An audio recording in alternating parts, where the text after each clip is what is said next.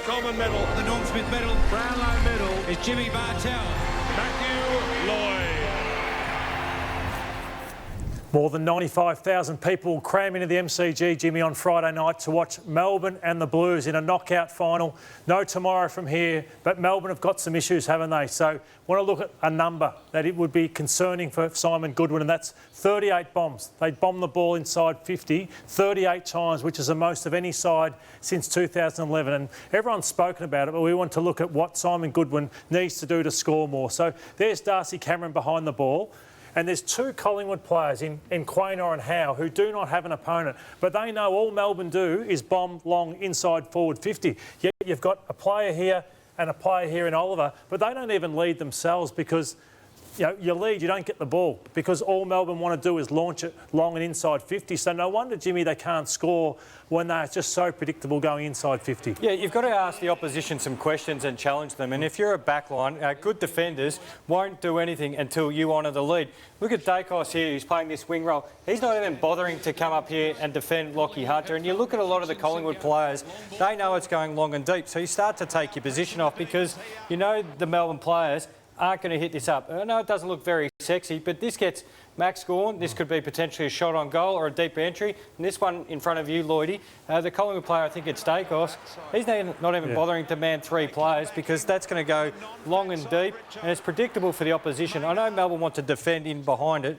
but you've still got to challenge the opposition defence. So you can say you're playing the Melbourne way all you like, but that's not going to win you a premiership if they persevere with those sort of entries. Petrarca, well, I'd send him forward. I think I'd send him forward. He kicked 8 goals in 2 weeks and changed the whole formation of the Melbourne forward line, but he's gone back into the midfield, so I'd send him back and fix the ball movement, but he's got a point of difference about him that could, you know, try and get Melbourne to kick 13, 14 goals instead of 8. Now, as you mentioned, after half-time he was magnificent, of course, against Collingwood, and we know he's dangerous here, but it can be just a little structural thing that can help Melbourne coming up this week. And I know Cozzy Pickett is so dynamic, as we see, again, Petrarca, how dangerous it is, but you can actually have him still coming through on ball. You can have Cozzy Pickett coming through on ball. This is not a shot at Melbourne supporters who go to the snow. It's just going fast downhill, and you can bring one of these guys, always have one of these guys at the stoppage and the other one deep. And the reason why is because they're so proactive. It opens up the game. It challenges the opposition defence, which we've been touching on, Lloydie.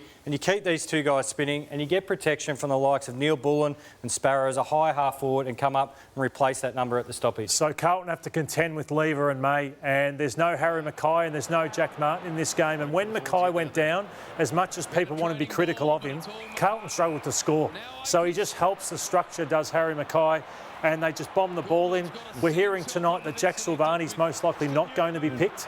So they may just go small and surround him with Charlie Curnow with smalls. Yeah, or opportunity for De Koning to keep pushing forward. You want to draw Melbourne's defenders' eyes across because, again, you just want to create a contest at ground level or at least give Curnow a bit of a chop out by keeping another tall down. Jim, Collingwood won the game in the first 40 minutes. They were electric and they were too quick for Melbourne, and the ball movement of Collingwood out of defence got Lever, May and the defenders up high, and this is what Carlton must do as well. Yeah, these two guys are absolute stars, all Australians, and they're super if the ball is 40 to 50 metres away, coming in long and high. The spoiler intercepted. But what happened in the first 5 minutes, we see in all these edits, Lever and May up really high, ball hits the ground and actually draws a Melbourne defender one-on-one back inside forward 50.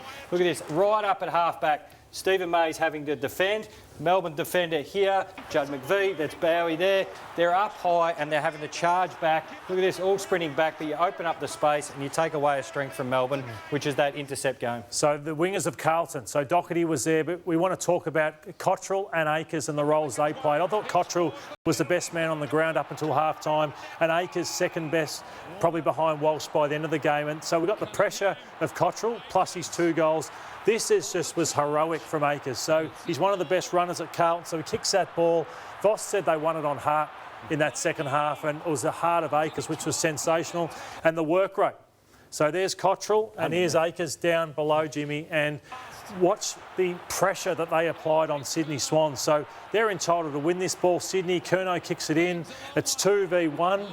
But Akers and Cottrell's work rate allows for Hayward to lose his feet when he didn't need to due to pressure, Jim, and they score a goal as a result. Setting the outside but having impact on the game, huge work rate. Who are you tipping, Lloyd? I'm going with Melbourne to respond. Yeah, I think Melbourne as well in that one. It'll be a close game. Yeah, so Port Adelaide at home, can they respond against the GWS Giants? And I'm putting my coach's hat on and saying, how would I handle this if I'm Ken Hinkley?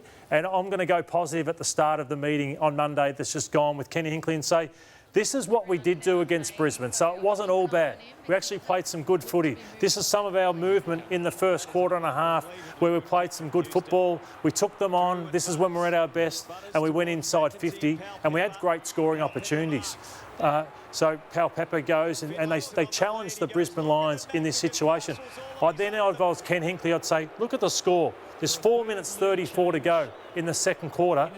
This would have put us in front with 4 minutes to go just on half-time, Jim. So they did go okay in the first half, but also he can't sugarcoat it. They had too many passengers, and these are the passengers for Port Adelaide in that game.